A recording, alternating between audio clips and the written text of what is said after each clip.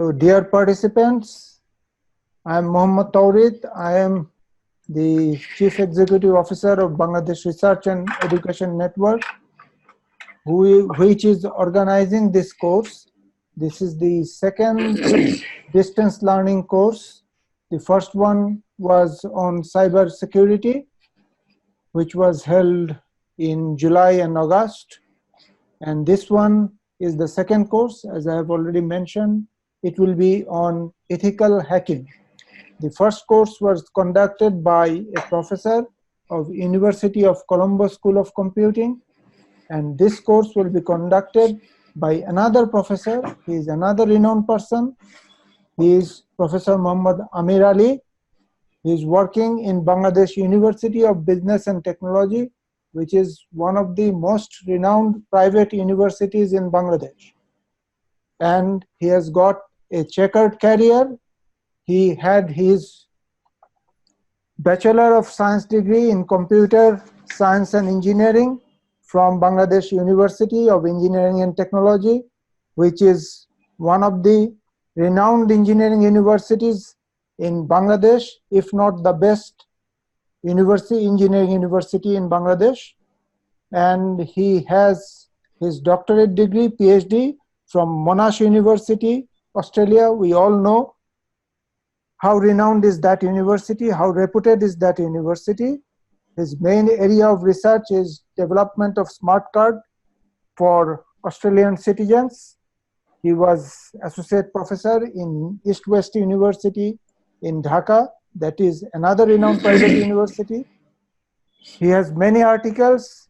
He has a book written by him.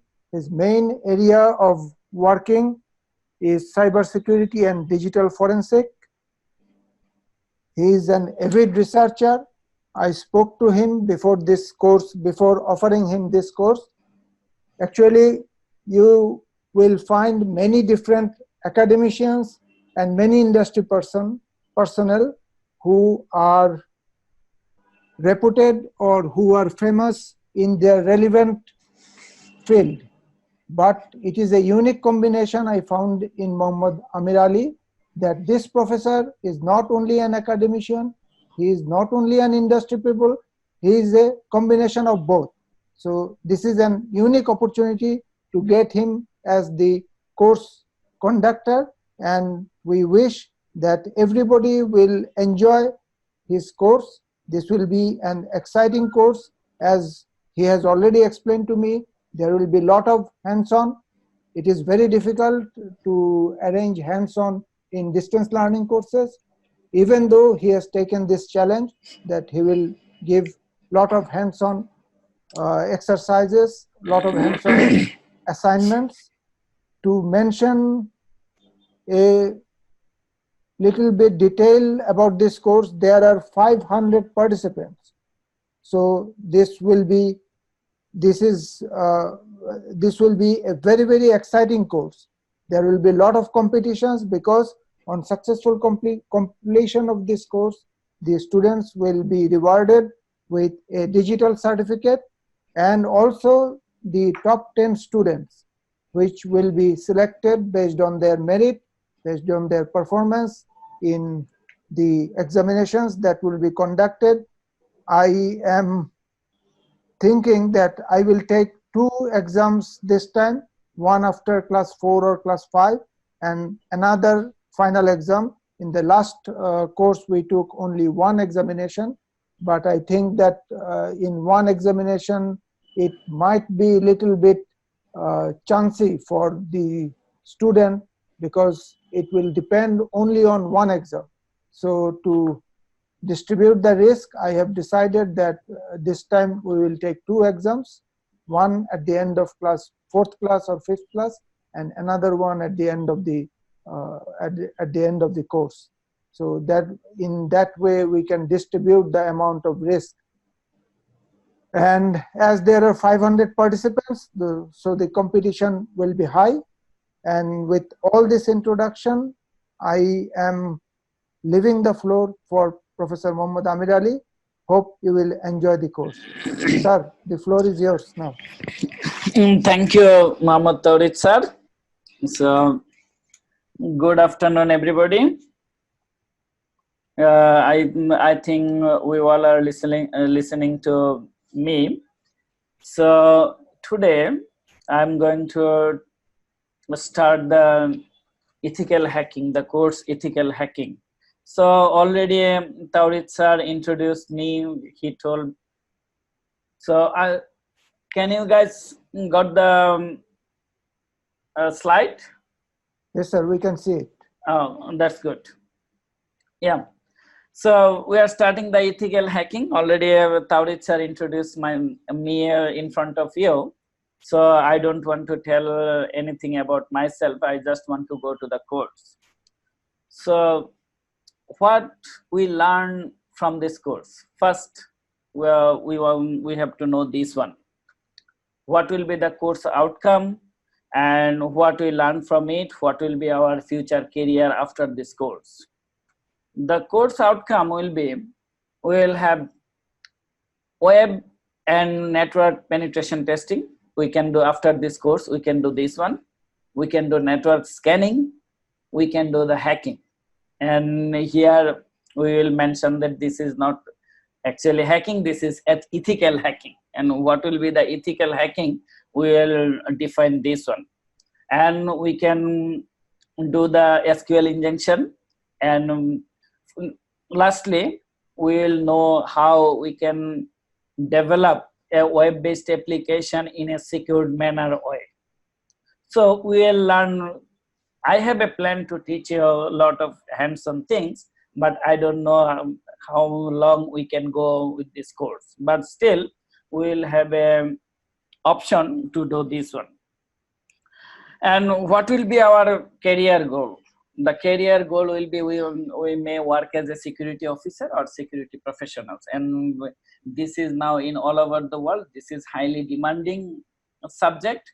And in Bangladesh, in Australia, in Asia, in all over the world, there are a lot of shortage of security professionals at this stage. And for this, every government is trying to develop the skilled personnel in their own countries, like Bangladesh.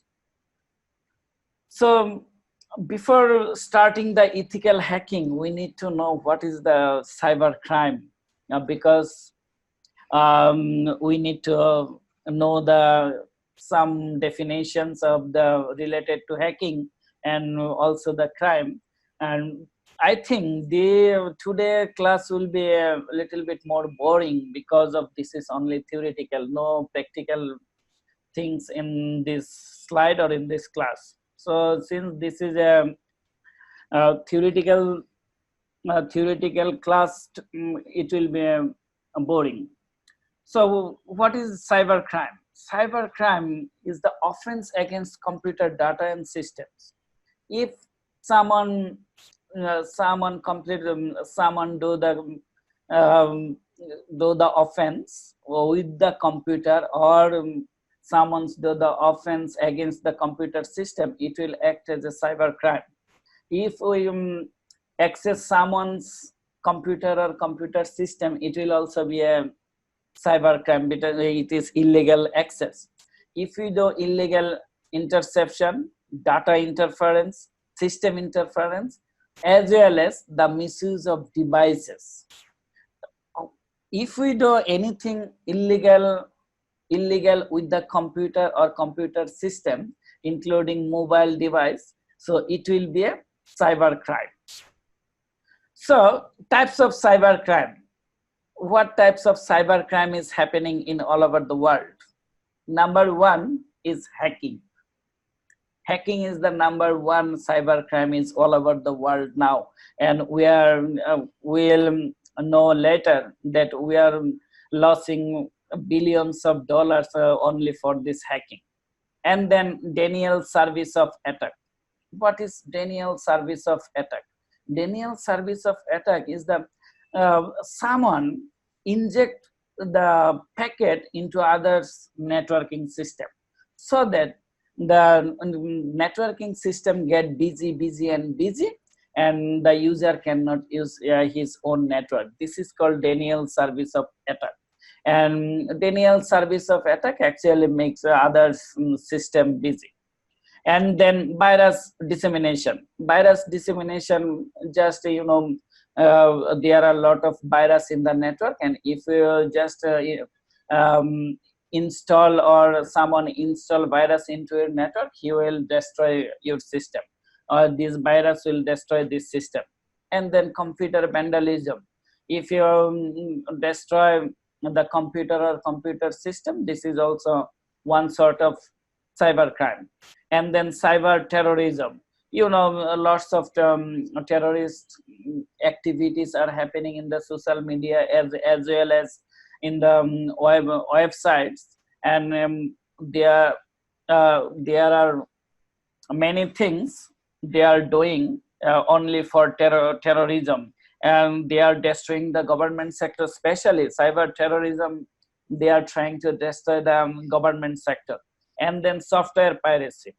Software piracy, if we use other software, if it is a crime, it is a cyber crime, because without his permission we are using the software, it is also a crime. And then what is the motivation of attacks? Someone is attacking, what is the motivation behind this?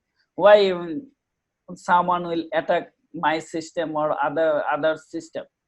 The motivation behind this is the someone will target a system to steal the valuable things, or someone will threat to attack the system. So attack happens if we can steal the valuable things. Just 1 or 2 years before, Bangladesh Bank got the attack and lost around $800 million from their system. So this type of financial motivation they have. And also the attackers try to find out, use the various tools and try to find out the vulnerabilities of the system, computer systems, and try to take control over the systems. And they will check the security policy and as well as take the control over other systems. And what they will do, if they will attack in your system, they will disrupt the business continuity.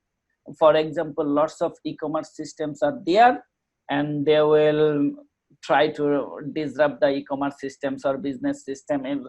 The Amazon, the eBay, and in China there is Alibaba.com. So they are e-commerce based system, and the hackers will try to disrupt their system, and the hackers will theft the information, private information, and they will try to manipulate data. They will try to manipulate data. For example, if they can hack the banking system or banking account, they can transfer the money, or they can adjust the value. And also, as well as if someone can hack the stock exchange system, they can easily change the value of the securities. So these type of things, they can manipulate data, and also create fear and chaos by disrupting critical infrastructure.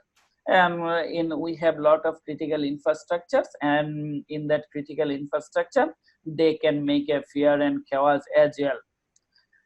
And then propagating religious activities, the ISI and also the Al-Qaeda, they are trying to propagate the religious activities and trying to do the terrorist. And also the hackers want to achieve the state's militancy information, damaging reputation of the target, and as well as taking the revenge. And nowadays, state to state, the cyber war is happening just to taking the revenge. So these are the motivation, not these. Not the motivations is not the limited to this. There are lots of motivation factor against the cyber attack. And if we see the distributed attacks, so there are some examples in here. I don't know whether you can see the full slide because there are some pictures on the slide. So I don't know whether you guys can see this one or not. Yep, yep. So there are virus, worms, and Trojan horses, and this is the statistics shown in 2016, and 49.2% attacks are done by viruses, and 30.28% Trojans, and then worms, ransomware, backdoors, and others. These are the distributed attack system in all over the world.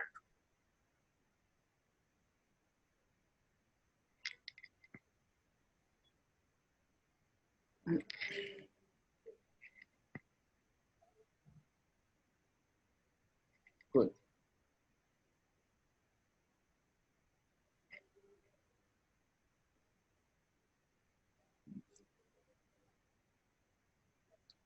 So incidents. The incidents, just we can tell you the one incident here. There are 56 million debit and credit card numbers were stolen, and lots of customers, they lost their billions of dollars from the stolen card.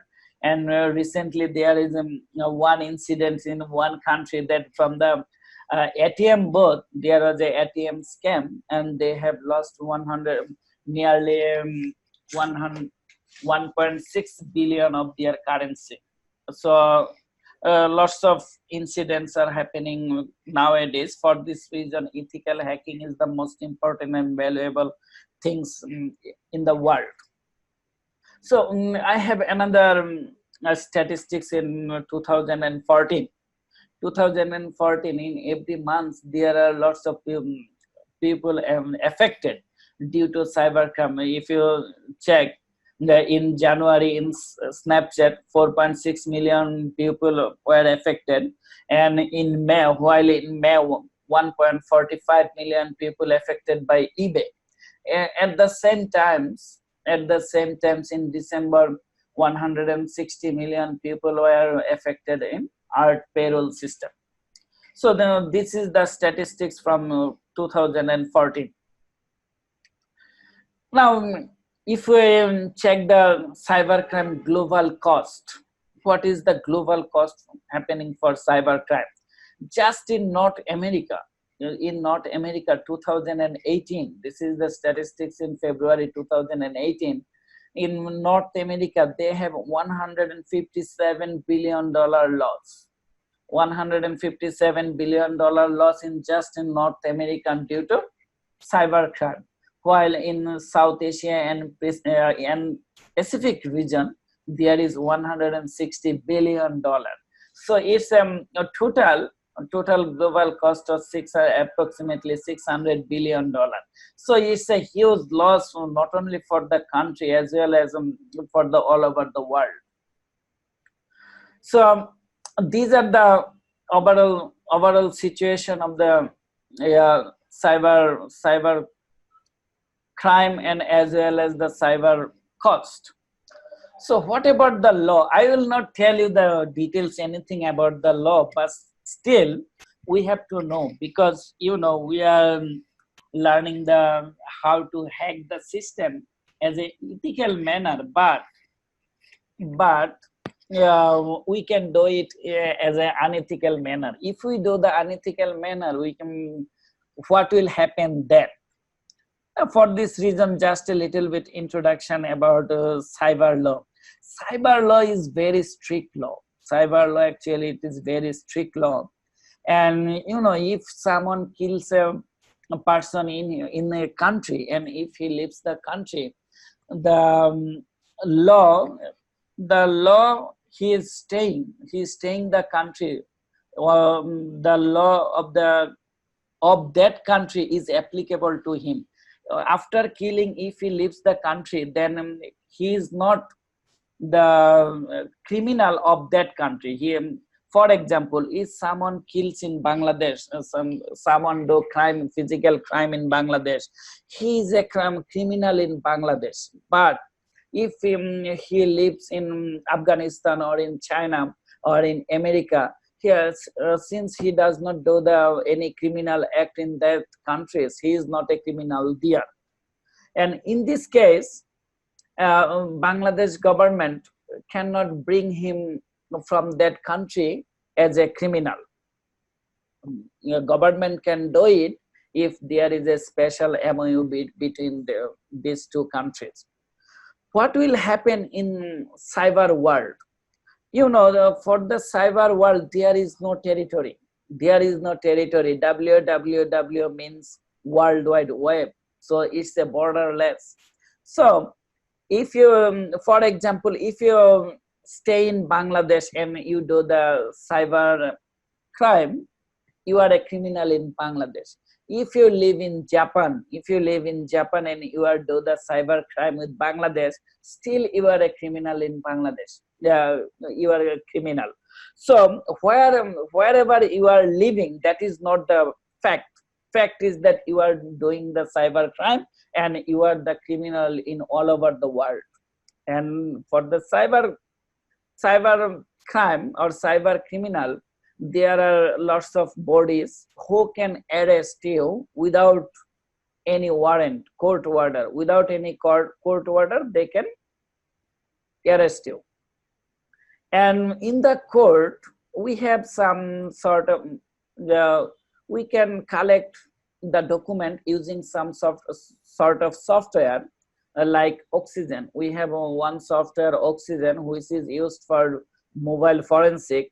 So what we can do, if we just get the document from the Oxygen and we submit it to the court, it will be accepted. So we don't need any physical witness. If you do the physical crime, then at least 3 witnesses are required in the court to justify that you are a criminal. But for the cyber crime, you don't need any witness. Just that document is sufficient to prove that you are a criminal. So cyber crime is very strict. So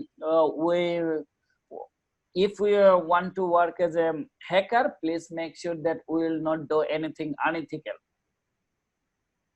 Now there are few cyber laws and acts in all over the world. I have some examples like United States. They have lots of act and as well as laws. They have state law, they have piracy law, and they have Protect America law. This is for America. I have some laws in Australia, Trademarks Act and the Patents Act, Copyright Act, Cyber Crime Act. And in India, every country, they have several acts and as well as law to protect their country from cyber attack or from cyber criminal. Now, so come to the point, hacking. What is hacking? So hacking refers to exploiting system vulnerabilities and compromising security controls to gain unauthorized access or inappropriate access to the system resources. So if we try to access other system by compromising the security, so this is called hacking. So hacking involves modifying the system. After we get access to the system, what we can do, we can modify their system and we can delete or we can add some feature to their applications so that we can achieve our goal, or the hackers can achieve their goal without knowing the owner anything. So hacking can be used to steal, pilfer, or redistribute intellectual properties, leading to the business loss.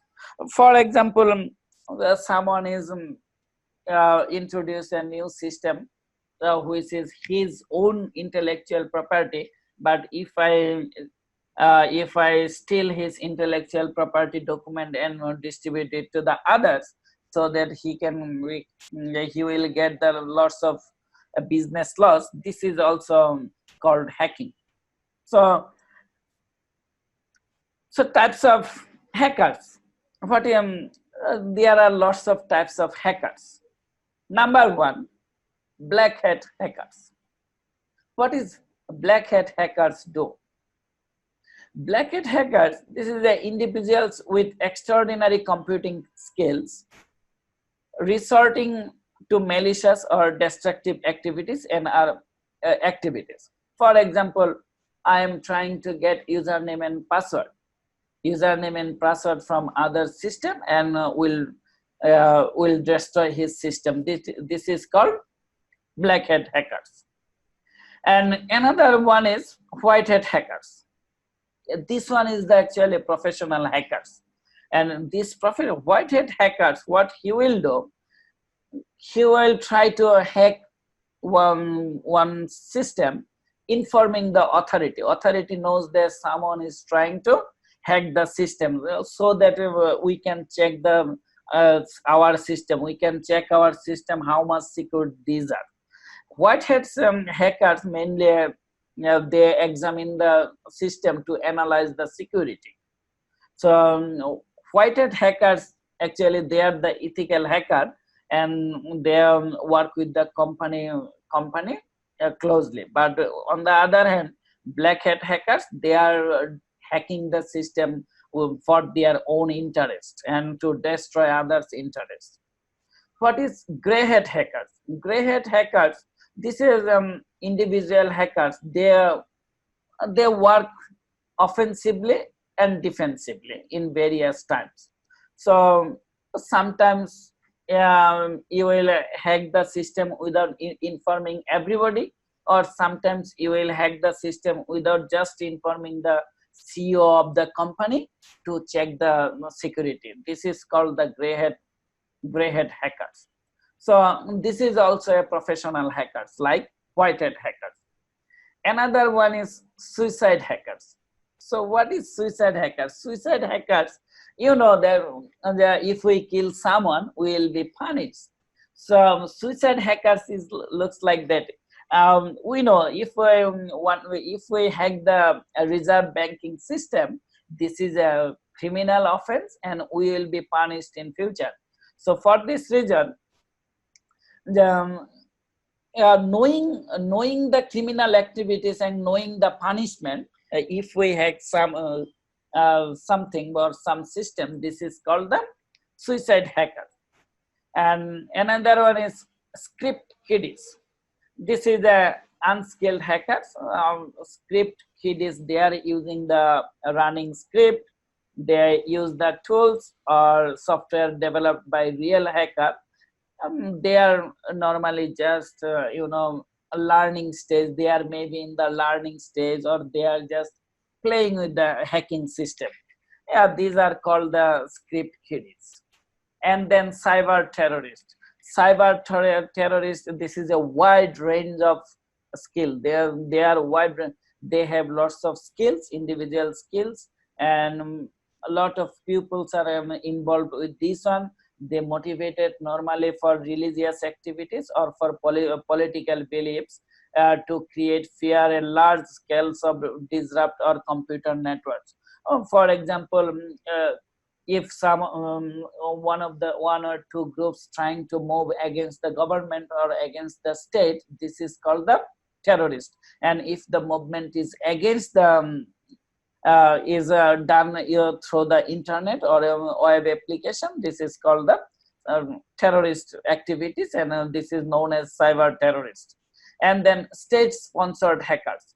State sponsored hackers, actually this type of hackers, they are employed by the government, and now this is the time to work as a state sponsored hackers, because all the governments, they are trying to go for automated systems, and as well as the IoT is coming, Internet of Things is coming, so everything will go to automated system. And in this case, there will be a lots of vulnerabilities in the system, so there is a lots of job opportunities for the hackers to work with the government as well as in the private sectors. So all the government systems nowadays, they are feeling insecure, so they are trying to they are trying to employ the hackers. So if you are a good hackers, you can get a state sponsored hackers. And then hacktivist. What is hacktivist? Individuals who promote a political agenda by hacking, especially by defacing or disabling websites. So if you want to promote the political agenda for you can hack a critical website, and then you can post your things into that website. This is called hacktivists. So these are the types of hackers. Now we will be the ethical hackers. I hope that no one will be the hacker. We all will be the ethical hacker.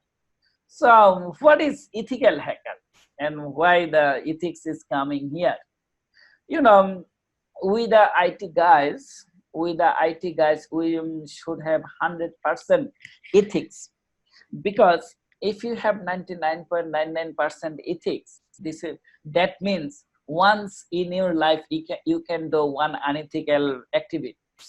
So if you can do one unethical activities in your life, think you are hacking the banking system and transferring $100 million into your account. In that case, you don't need to do anything in your future life. So this is the 99.99% ethics. So for as an IT professional, you cannot do this one. So for this reason, all the IT professionals should have 100% ethics. And we are talking about now ethical hacking. Ethical hacking involves the use of hacking tools, tricks, and techniques to identify vulnerabilities so as to ensure the system securities.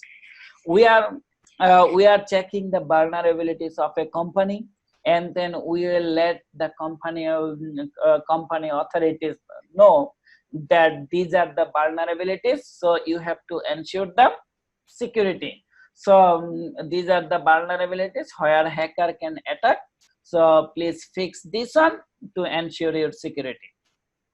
This is called ethical hacking. So it focuses on simulating techniques by attackers to verify the existing of exploitable vulnerabilities in the system hackerated. So আমরা কি করব, কিছু simulating we can use the simulating techniques so that we can exploit the vulnerabilities of the system security. Ethical hackers perform security assessment of their organization with the permission of the concerned authorities, and for this reason this is called ethical hacking. The high authorities will know that yes, I am doing the vulnerability test into your system, and for this reason the hackers will get some money from them, or he is the employee of that organization. But what they will do, they will test the vulnerability of the system but informing the authorities.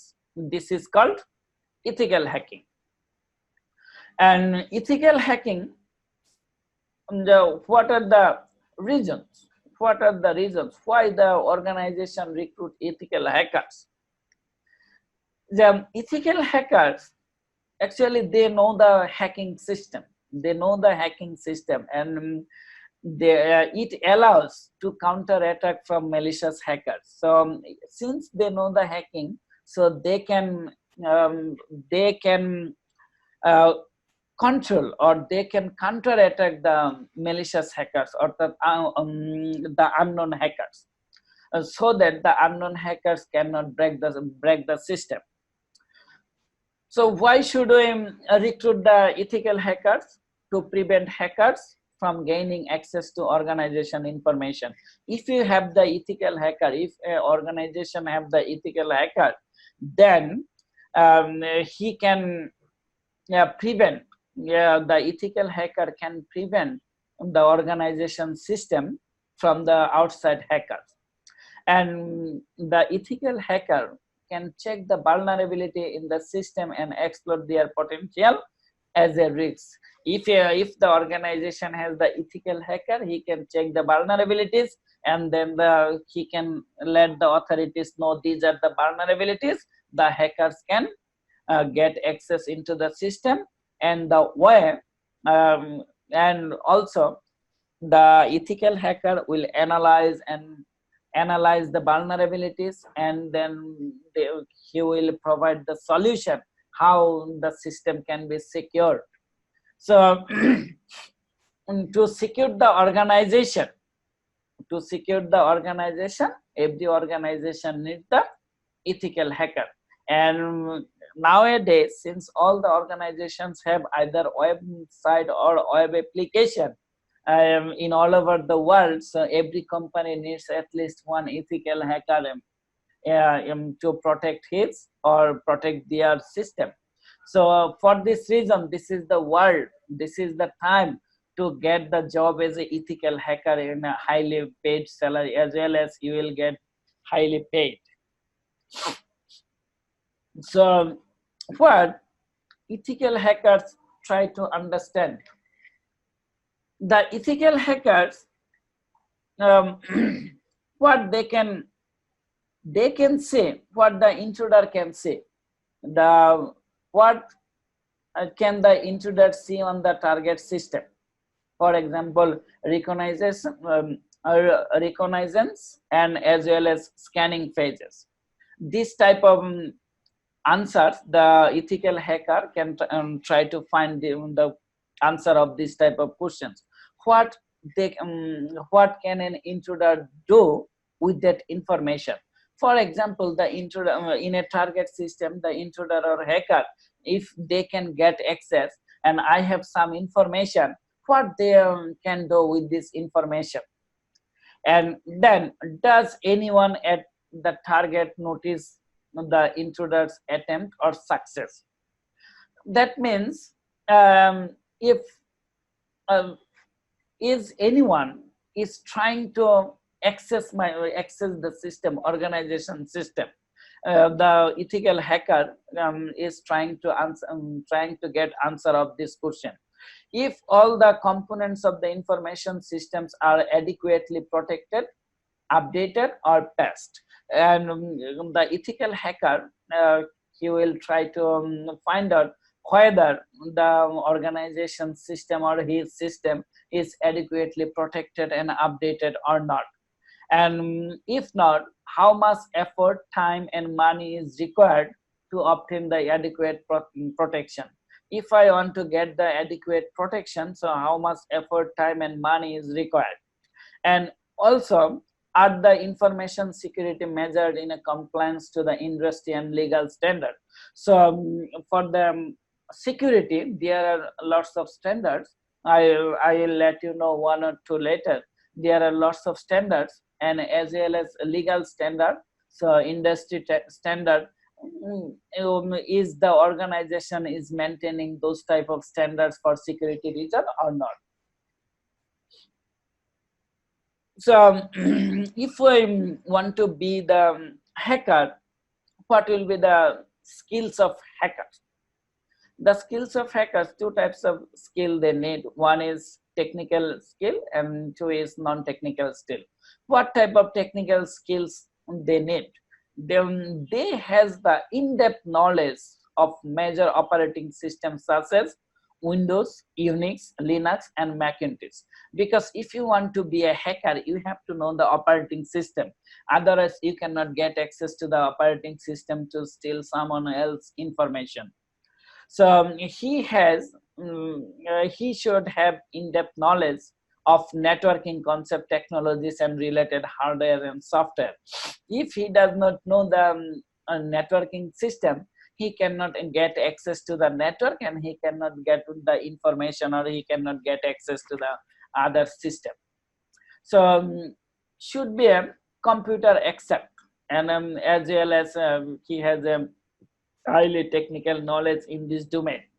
So definitely he should be a computer expert, and has knowledge of security areas and related issues. Definitely he should have a knowledge of security areas, and also he should have a highly technical knowledge and for sophisticated attacks. So these not limited to, but he has at least this type of technical knowledge or technical skills. What non-technical skills he should have? He should have ability to learn or adapt new technology quickly. He should be a quick learner. And what is the things? The final things, he should a strong working ethics. He should have the strong working ethics, means 100% ethics, and good problem solving and communication skills. He should have problem solving skills as well as communication skills, and committed to organization security policy. If you want to be an ethical hacker, you have to work as a organization security policy you have to maintain. And also in every country there will be a security policy, so the ethical hackers should maintain the security policy of that country, and as well as every organization there will have a security policy. The hacker should maintain the security policy of that organization as well. So also awareness of the local standards and laws. So if we want to work as a hacker, we have to aware about the local standard, and as well as we have to aware of the local laws. So before starting the hacking system, we need to know some terminology, and for this reason I am telling you that this today's class is little bit theoretical, so maybe we will feel boring about this class. So, but still, before going to the in-depth practical things, we have to know some terminologies. And number one is the hack bellow. So what is the hack bellow? Hack bellow, it is the notion among the hackers that something is worth doing and is interesting. That do you have anything interesting? You want to hack a system, whether you will have something interesting or not. If you don't have any interesting things, why do you need to hack the system? So you have, this is the hack value, whether you will have something interesting or not. And then vulnerability. So what is the vulnerability? Vulnerability is the existing of a weakness of a design or weakness of implementation. What are the weakness of the system that can lead to an unexpected event compromising the security of the system? So vulnerability is the weakness of the system for which someone can get access, unlawful access to the system. This is called vulnerability. And then exploit. Exploit is a breach of IT system security through vulnerability. And then payload. Payload is the part of an exploit code that performs the intended malicious actions, such as destroying, creating backdoors, or hijacking the computer. Or you are making a own software or own code which may inject into other systems, and that can destroy the system. This code is known as payload. And then zero-day attack. Zero-day attack, an attack that exploit computer application vulnerabilities before the software developer releases a patch for the vulnerability. So this is called zero-day attack. That means a newly software is already launched, and before there introduces any security patch, you are hacking the system. So this is called zero-day attack. And daisy chain.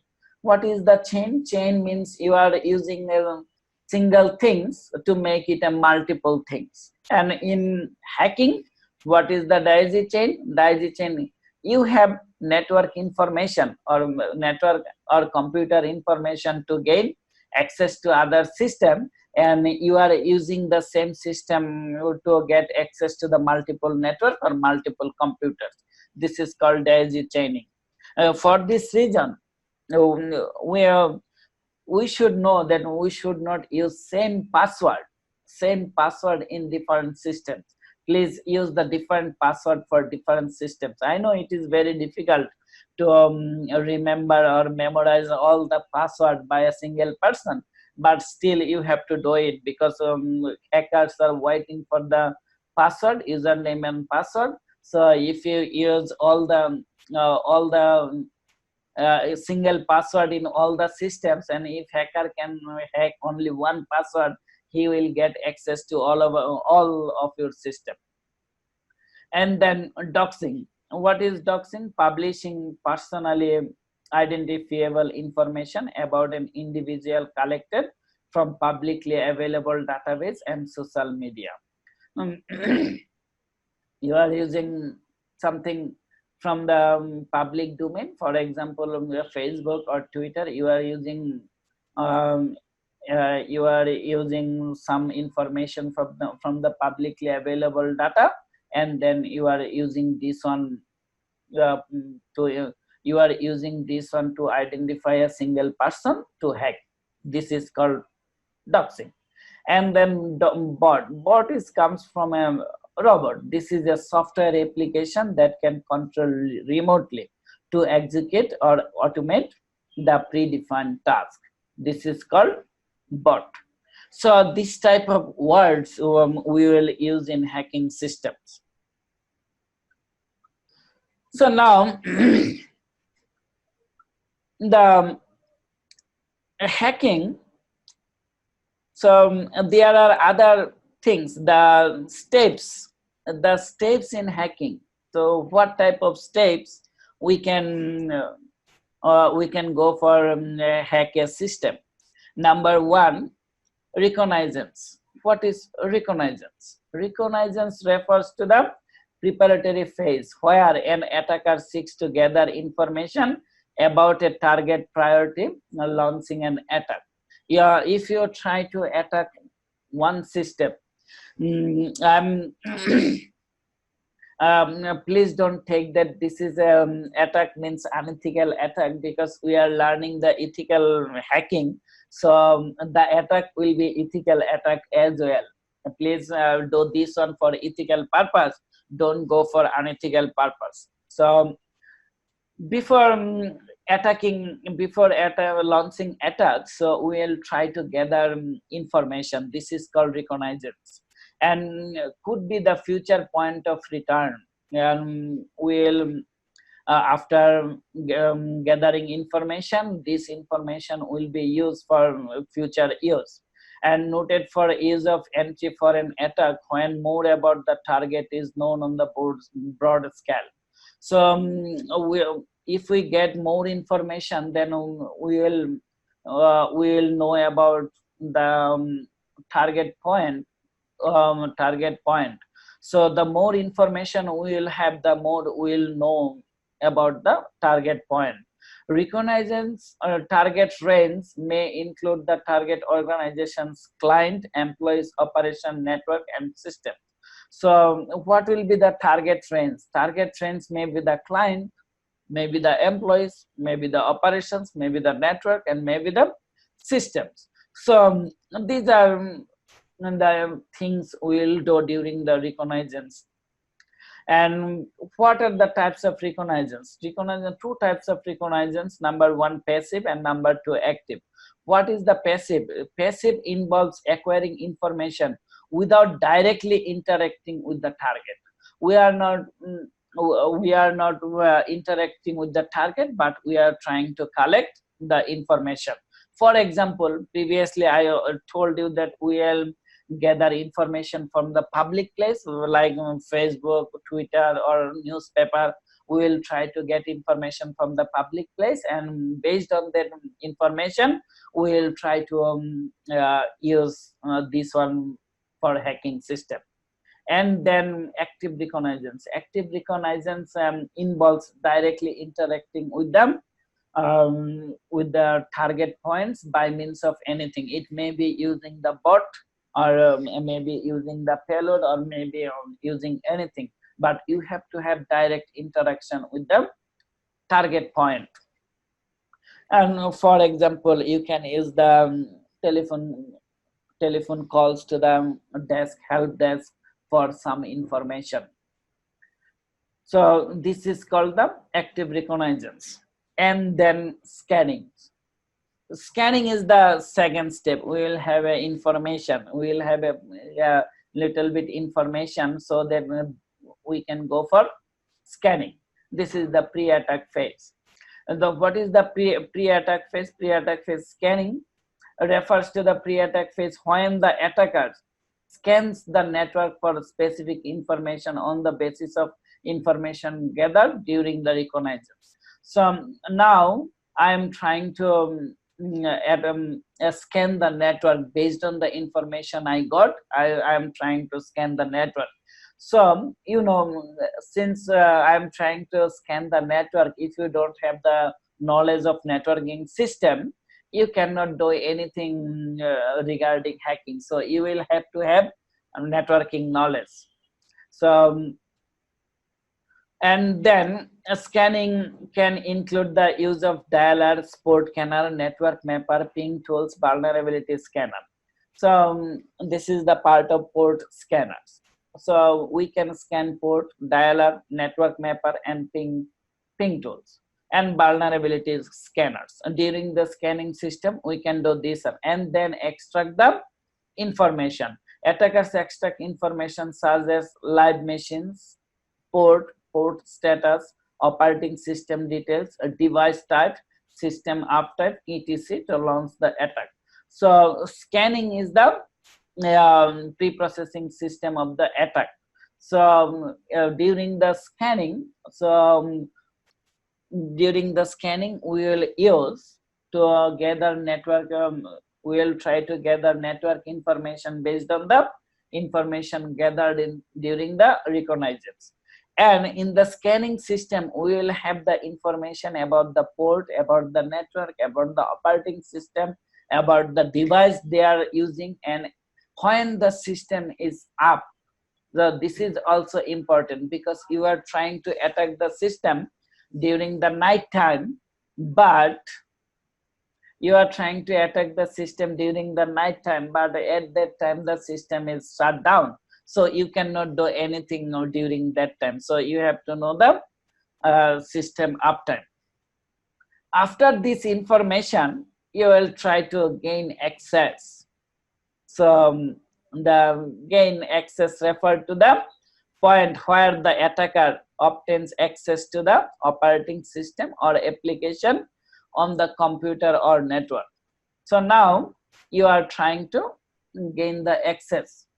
So attacker can gain access at the operating system level, application level, or network level. So the attacker can get access based on the information we get during the scanning process and reconnaissance process. Now we are trying to get access. So the attacker can escalate the privileges to obtain complete control of the system. In the process, intermediate systems that are connected to it are also compromised. So when you attack a system, you have to attack the whole system. If you have an intermediate system, it will also be compromised, and you will take the complete control over the system. For example, the password cracking, the buffer overflows, denial of service, and session hijackings. These are the system where attacker can do. And then finally, maintaining access. So you have the access.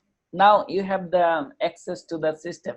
So once you get the access, you have to maintain the access over their system. So maintaining access refers to the phase when the attackers tries to retain his or her ownership of the system.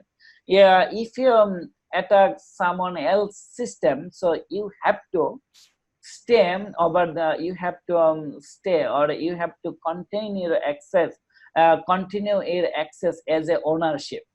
And the attacker may prevent the system from being owned by other attacker by securing their exclusive access within backdoors, rootkits, and trojans. So if you get access to other systems, so you have to ensure no one else will get access to this system when you are accessing, because if another hacker access your system, then he will know that yeah, you are already in the system, so you cannot do anything with that system. So make sure you will block all the things where another hacker can get access to that system. Attacker can upload, download, or manipulate data, applications, and configuration on the own system. So once you get access to other system, for example, I know I will give you the example later. Now the attackers, if you attack someone else's system and you have the access to the system, so you can upload anything, you can download anything, you can manipulate data, and you can change the configuration as well, because you are the owner. Once you have the access to that system, you are the owner of that system. So you can use this compromise system for further attacks. So you can use this one. Now what I can do, I can tell you that recently someone's email was hacked, and he is sending the email to all other friends that okay, I am going to the overseas and I lost my money back, please send me some money through Western Union or through MoneyGram, so that I can return you later and I can come back to my country safely. If you get this type of email, please don't respond this type of email, because you have to know that if your friend needs money, then he or she will call you, not they will send you the email. So the hackers can do, once the hacker has the access to the system, he can do anything. He can upload, download, or manipulate data, or send the email to anybody. Now the clearing tracks. So what is the things after you do all of your things, you manipulate the data or you get access to the data, then you have to clearing the tracks. So covering of tracks refer to the activities carried out by an attacker to hide malicious act. So you have got access to the other system. Once you are trying to once you completed your work, then when you will come back, you have to delete or you have to clear all the system, so that nobody you have to hide your malicious act, so nobody can understand that you did this one. Because for example, there is a Bangladesh bank scam, so nobody can catch who did the who hacked the system and who got the money. So because the hackers hide their malicious act, and attackers' intentions include continuing access to the victim system. So if you can hide your information, and if the owner of the system know that oh, the system is running properly, then you can continue access to that system until you are caught or you are unnoticed. But if you cannot hide your activities, then maybe he will change the password, or maybe he will take action against you, so that you cannot get access. So what you need to do, you have to hide yourself. You have to hide your information, and you have to delete the evidence that might lead to his prosecution. If you do any unethical activities, so you have to delete it, because of otherwise he will go to the court. The attackers override the server system and application logs to avoid suspicious.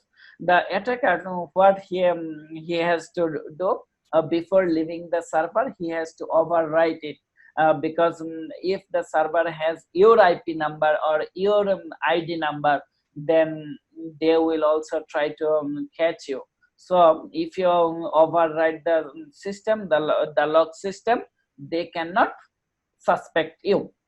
So the attackers always cover tracks to hide their identity. So before being an attacker, yeah, you have to know how you can hide your identity. So this is the things you have to know. Know when you will be the hacker. So what is once the incident has been done, what we'll do? This is called incident management, because we are talking about the ethical hacker. We are talking about ethical hacker, not the black hacker. So since you are an ethical hacker, if your organization already had an incident, what will you do? How will you manage this? You have to manage this. So incident management is a set of defined process. Every organization should have an incident management system. What is the procedure to manage an incident? First, what is the process? Defined process. You have to identify who hacked this, then analyze, then prioritize, and then resolve the security incidents to restore the normal service operation as quickly as possible and prevent future recurrence of the incident.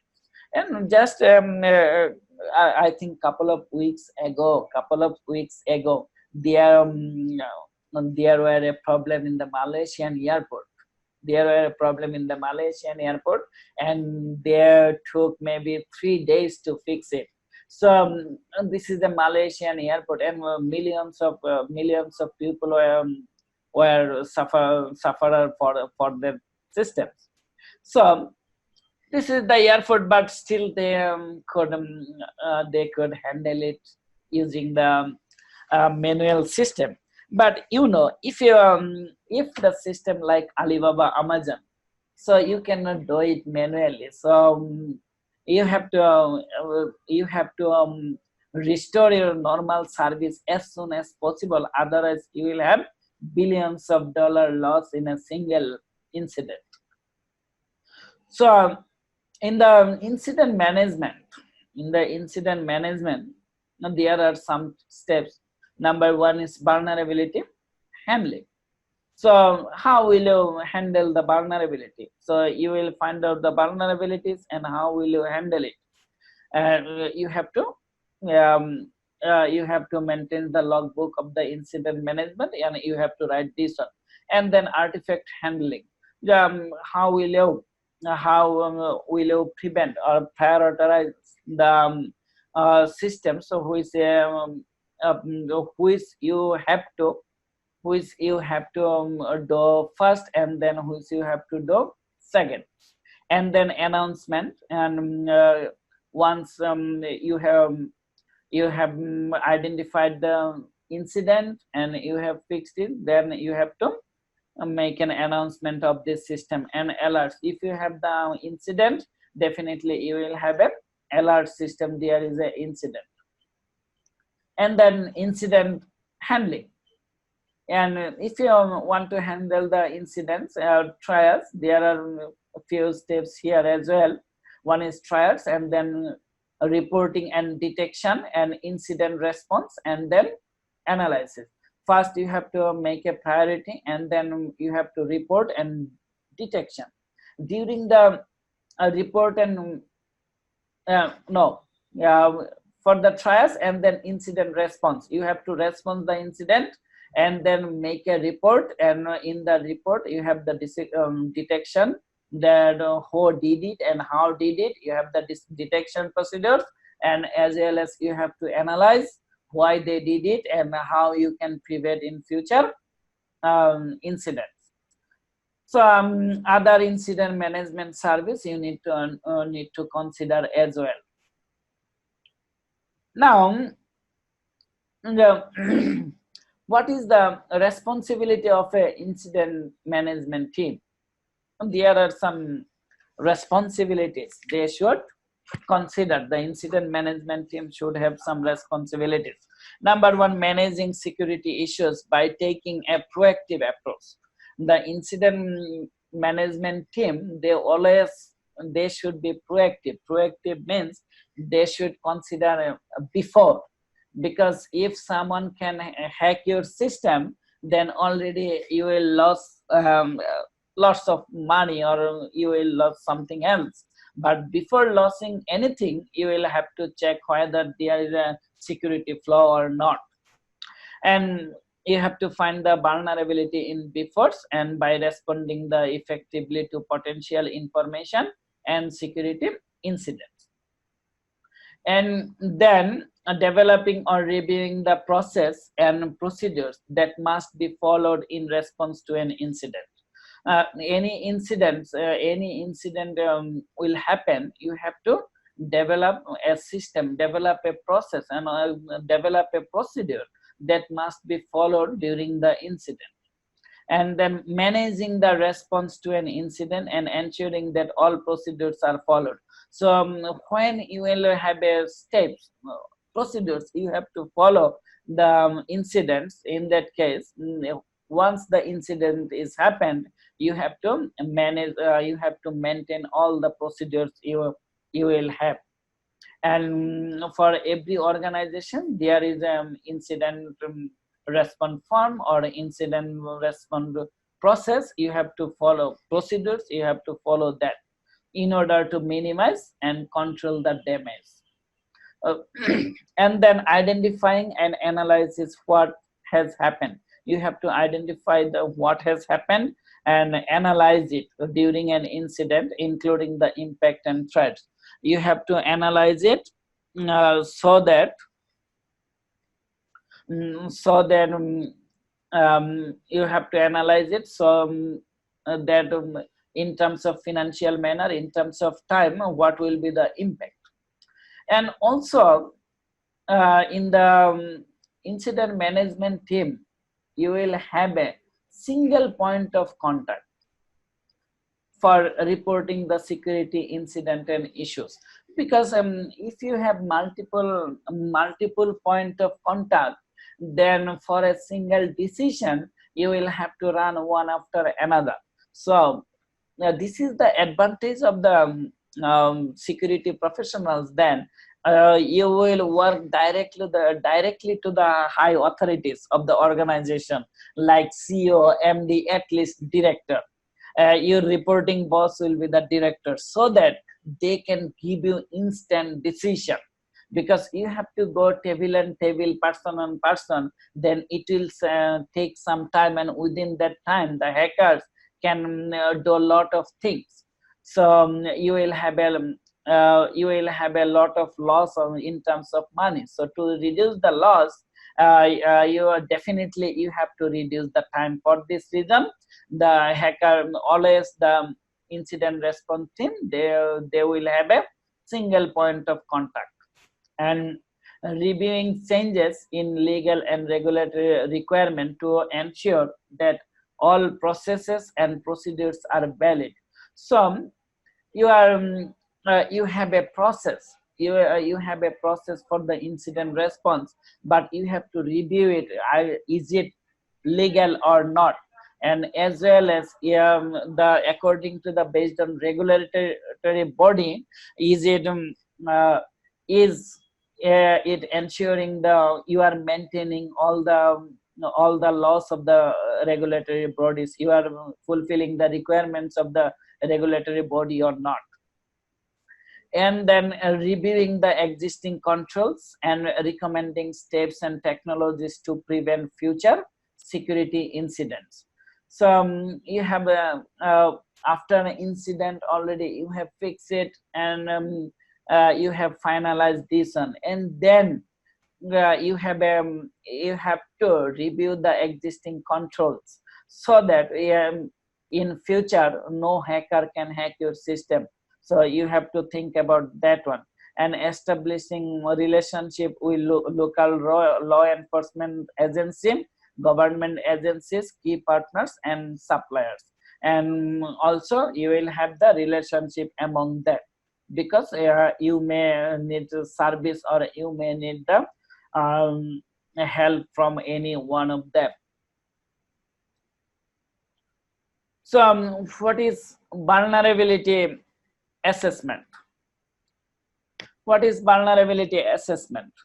Vulnerability assessment is an examination of the ability of a system or application, including current security procedures and controls, to withstand assault.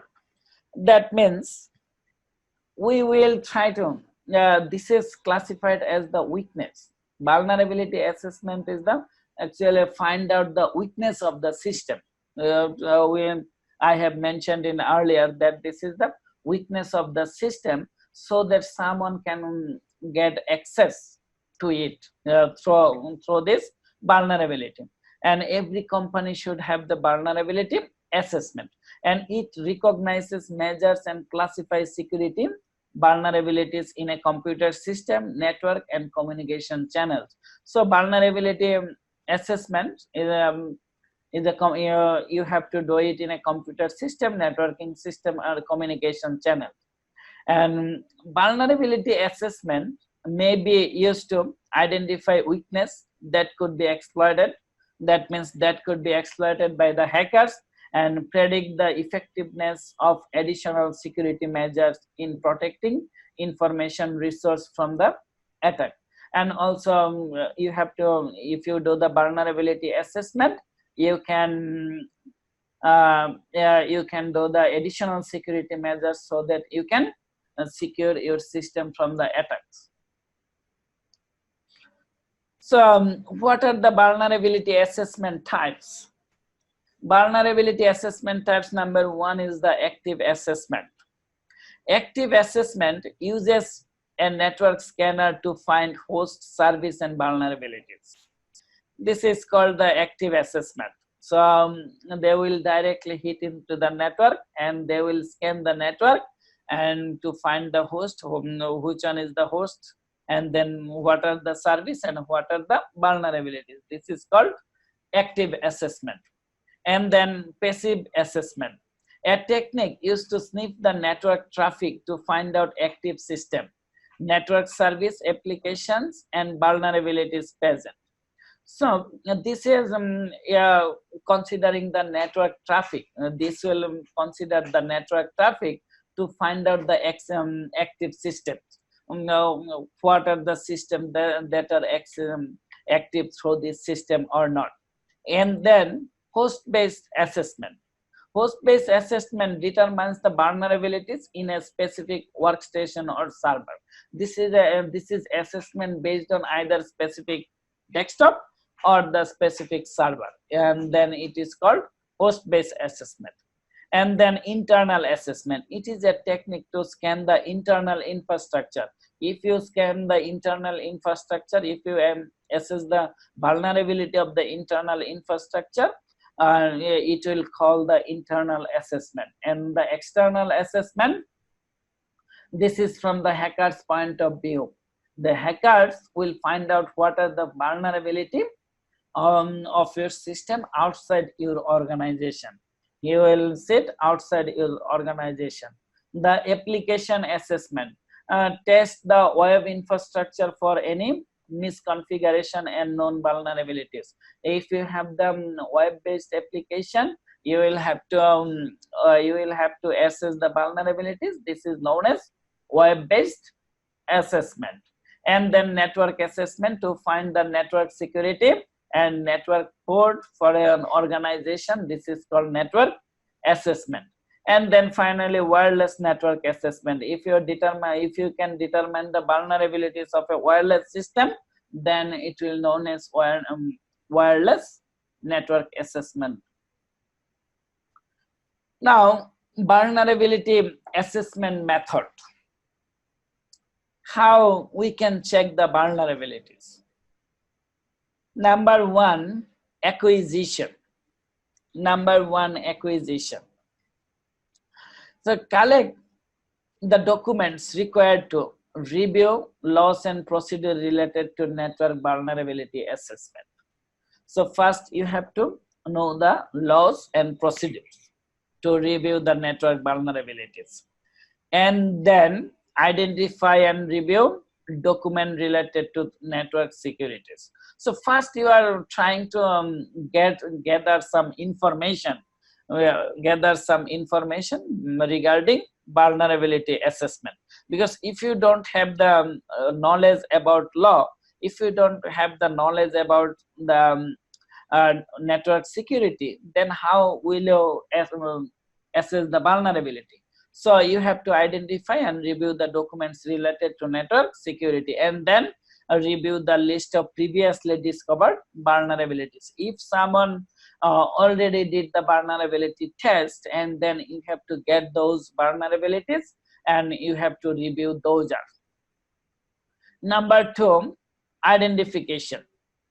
In this phase, what we can do, conduct interviews with the customers and employees involved in the system architecture, design and administration. Who are using the network, you have to who already designed and implemented the network architecture, you have to take interviews of that, and who are using that network, you have to interview of that customer as well. So you have to conduct interviews both from the customers and as well as employees, and gather technical information about all network components. So the components they are using in the networking system, you have to gather technical information from those, and then identify different industry standard which network security system complies to, because you are setting the network, so you have to know which standard you have implemented during implementation of the network, because you have to identify the industry standard as well. And then analyze. Phase 3 is the analyzing. Analyzing is the review interviews. So you have taken the interviews of the customers and as well as the employees. So you have to review the interviews and then analyze the result of the previous vulnerability assessment. Based on these interviews, and you have the document regarding the previous vulnerability test. So you have to analyze the results of this one, and then analyze security vulnerabilities and identify risks. And then you have to analyze the vulnerabilities. And and identify the risk, and then perform threat and risk analysis. So you will have the vulnerability now, because already you analyze the vulnerabilities and you analyze the risk. So now you have to analyze the threat and risk. What will be the risk or what will be the threat for this vulnerability? After analyzing this, analyze the effectiveness of the existing security controls. So you have already existing security policies, security controls. So will it sufficient to handle this sort of vulnerabilities you have? So if it is sufficient, then it's okay. If not, then you have to change the security controls, and then analyze the effectiveness of the existing security policy. So you have changed the security controls, so then you have to modify the security policy, whether you need to change or not. You have to analyze the security policy as well. And then evaluation. Phase 4 is the evaluation. So determine the probability of exploitation of identified vulnerabilities. You have the vulnerabilities, so you have to calculate the probabilities. What is the probability that the hackers can hack your system for these vulnerabilities, and then identify gap between existing and the required security measures.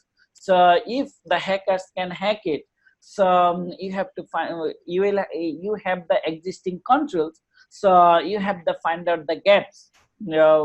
What is the required security measures you have to take to secure your system, and then determine the controls required to mitigate the identified vulnerabilities. You have the vulnerabilities, so how you can mitigate the vulnerabilities, how you can solve these vulnerabilities so that hackers cannot hack your system. After you have the mitigate procedure, then identify upgrade requirement to the network vulnerability assessment process. So, and then you have to upgrade the system so that the hacker cannot hack your system. Number 5, the generating reports. So you have evaluated it, so now you have to generate the report. During the reporting system, the result of analysis must be presented in a draft report to be evaluated for further variation. So before finalizing, you will have a draft report. So you can, based on the draft report, and then you will have a teamwork, and then you can finalize it. So what will be the in the report? The report should contain tasks rendered by each team member. So yeah, you will have a team. For network vulnerability assessment. So individual team, what they did, you will have to write it, and method used and findings, what type of method they did, they have used, and what are the findings, and general and specific recommendations. So what are the recommendations coming from those teams, and terms used and their definition. The term they are using, if there is a special terms in the report, you have to define those terms, and information collected from all the phases, and all the information you have collected, you have to put in the report. All the documents must be stored in a central database for generating the final report. So before to generate the final report, you have to have all the documentation in the central database. These are the assessment method or assessment steps for the network vulnerability assessment. So now vulnerability research. What is vulnerability research means? This is the process of discovering vulnerabilities and design flaws, because if there is no the flaws, or if there is no the vulnerability in the system, then we may not need the hackers. So definitely there should be vulnerabilities, and they have the design flaws so that hacker can hack it, and for this reason you guys will be employed in the organization. So the vulnerability research is the process of discovering vulnerabilities and design flaws that will open an operating system and its application to attack or misuse. And the hackers can use these vulnerabilities to get access to the operating systems and its application to attack or for misuse. And vulnerabilities are classified based on severity level, how severe this one, low, medium, or high, and as well as the exploit range, local or remote. You are getting the local access or the remote access. An administrator needs vulnerability research. What first? To gather information about security trends, threats, and attacks. For vulnerability research, first you have to gather information about security trends, threats, and attacks. So you need to know the security trends. What are the securities? You need to know about the threats. You need to know about the threats. For example, yesterday someone was telling me that in an organization he found already 1,000 threats in that organization and nobody knows it. So you have to know that you have to have knowledge about the threats and as well as attacks, and then to find the weakness and alert the network administrator before a network attacks. So as a hacker, as an ethical hacker, you have to have find out the weakness of the system, and also you have to alert the network administrator before happening anything. So for this reason, ethical hacker should work as a proactive manner. And then to know how to recover, and then to get information that helps to prevent the security problems. So you have to get information that helps to prevent the security problems. If you have problems, so you have to have information how to get rid of this, and also to know how to recover from a network attack. If your network is already attacked by someone else, so you have to know how you will get rid of it. So we don't want a system that like Malaysian airport, that the system is collapsed and within 3 days they cannot fix it. So we have to have a prompt response. Even within an hour or 2 hours, you have to restore the system in its original form. Now, there are some website you will find some information there on the vulnerability research website. I have some here, so I don't want to mention it. For example, Security Magazine, Microsoft Vulnerability Research, Code Red Center, something like this. So if you check those websites, you can get some information about vulnerability research.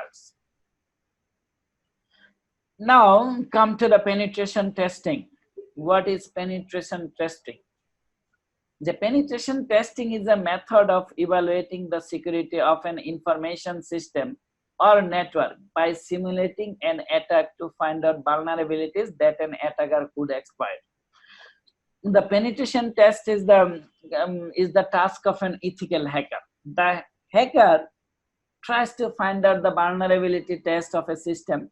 It is maybe the web-based system or a network system. So if you do within the organization, if you do this type of test, this is called penetration test. Penetration test, actually hacker do it unethically, and you guys will do it ethically to find out the vulnerability. And using those vulnerabilities, the attacker could exploit your system. And also, security measures are actively analyzed for design, weakness, technical flaws, and vulnerabilities. And in the penetration test, if you have the vulnerabilities, you have to have the recommendation of the security measures. What you have to do, what are the weakness, and what are the flaws, technical flaws. You have to take security measures against those. So you have to have the recommendation of those. And a penetration test will not only point out the vulnerabilities, but also document how to weakness can be exploited. So you have to you have to have a document, and that will point out the vulnerabilities and how can a hacker exploit it, and how you can solve it, and how you can solve it so that hackers cannot exploit it. The results are delivered comprehensively in a report to executive management and technical audience. And the report you have, the document you have got it, you have to submit it to the management and technical audience properly. These are this is the part of the penetration test. So why do you need to do penetration test? Penetration, you have to complete the penetration test to identify the threats facing an organization information assets, because if the hacker can hack your system, he will destroy the assets, information or assets of your organization. So you have to identify the threats and then reduce the organization expenditure on IT security and enhance return on security enhancement by identifying and remediating vulnerabilities or weakness. So if someone hack your system and then if you want to fix it, it will cost a huge. You know that already the North America, there was $157 billion cost for the security purpose. So if you have to fix it after hack, so it will cost a huge.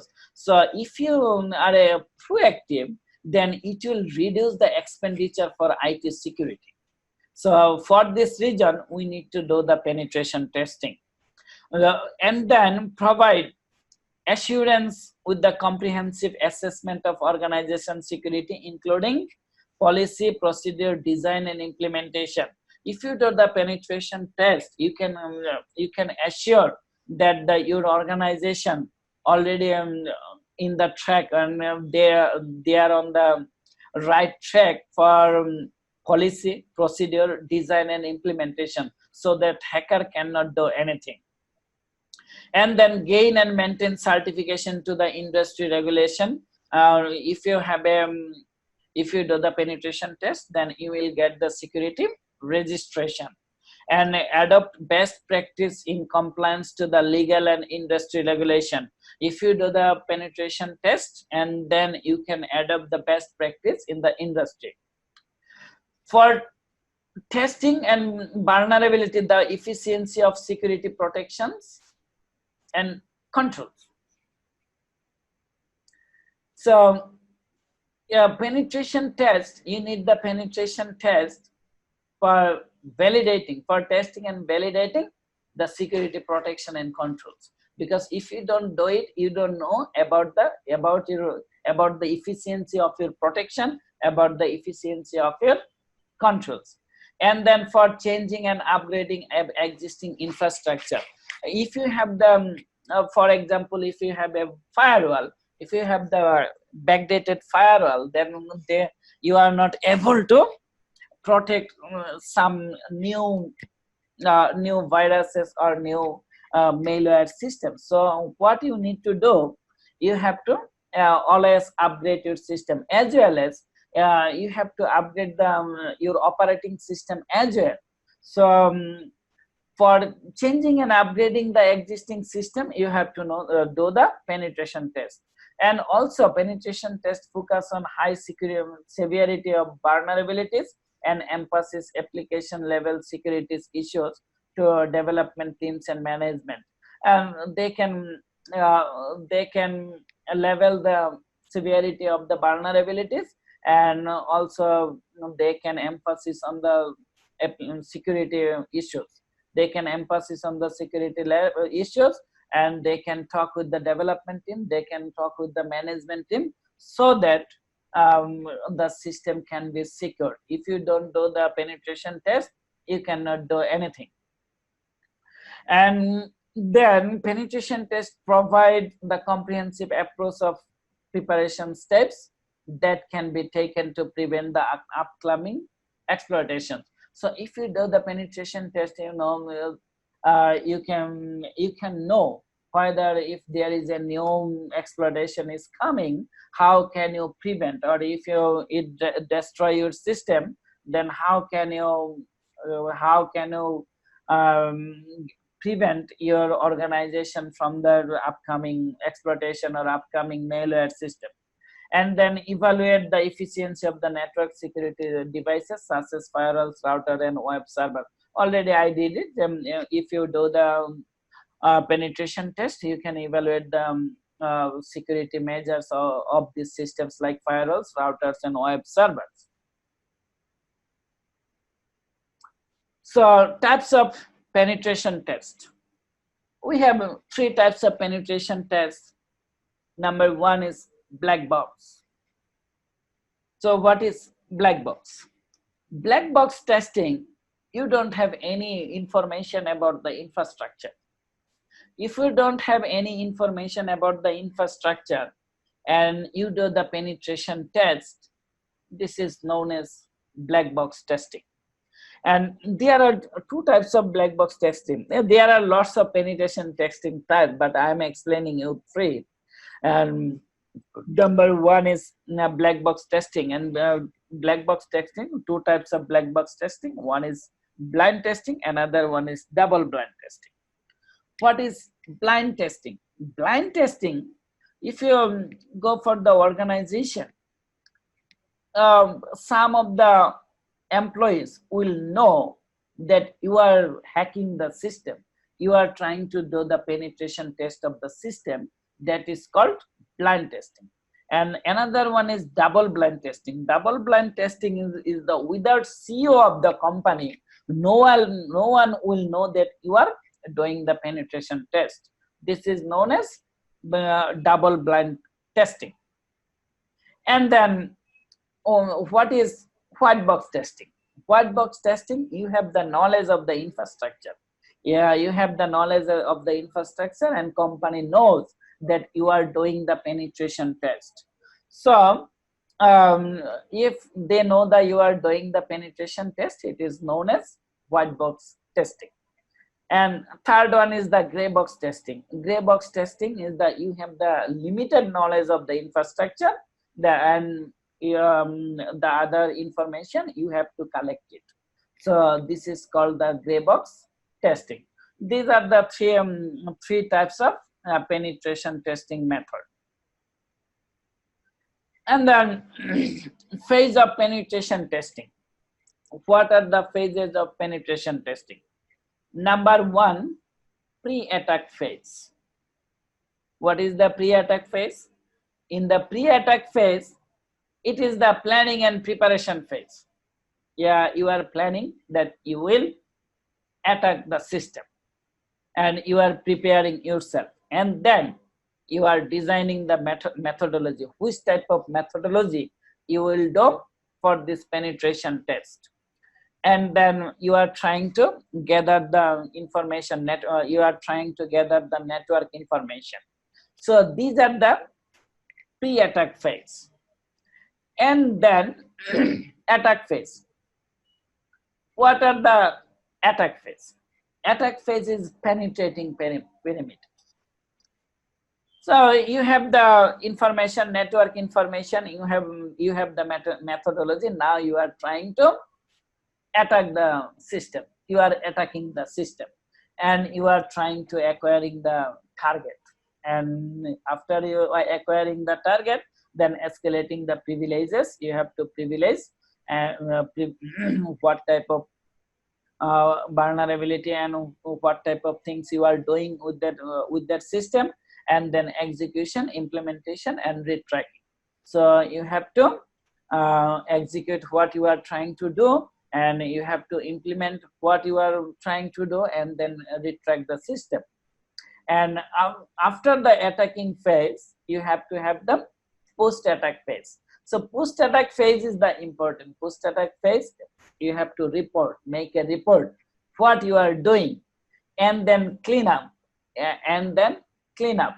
You have to clean up your identity. You have clean up you have to clean up your the log files, and you have to overwrite the log files and artifact the destruction. What you did, you have to delete all the things so that the owner cannot know. Owner should not know what you did in the system.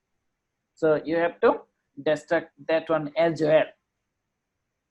So these are the phases of the penetration test. The number one is pre-attack phase, number two is attack phase, and number three is post-attack phase. Now, penetration testing. Actually, what type of testing is penetration testing? Where you can do the penetration testing? In fact, I have lots of things here. So number one, just I'm mentioning few: information gathering, vulnerability analysis, external penetration testing, internal network penetration testing. You have to do firewall penetration testing, IDS penetration testing. You can do password cracking penetration testing. Lots of penetration testing you can do in an organization. So I don't want to mention everything. The source code, you have to have source code penetration test as well, and physical security penetration test. Lots of penetration testing are there, because to secure an organization, you have to do most of this penetration testing of a system, because all you don't need to do it, because there is VoIP penetration testing. Maybe you don't need VoIP penetration testing. SAP penetration testing, maybe you don't need SAP penetration testing. So you have to, you don't need to all of this, but for an organization, most of this you need. Yeah. So I don't want to mention all the things. Now, up to this, these are the class 1. So what we'll learn in the next class? In the next class, we'll try to complete the penetration testing of a web server or a web application. We'll try to find out the vulnerabilities. We'll try to hack the web application, and we'll have a recommendation how to secure website, web application, and web server. We'll try to cover in the next session. It will be more technical, and we'll try to cover these are in the next slide. Thanking you. Sir,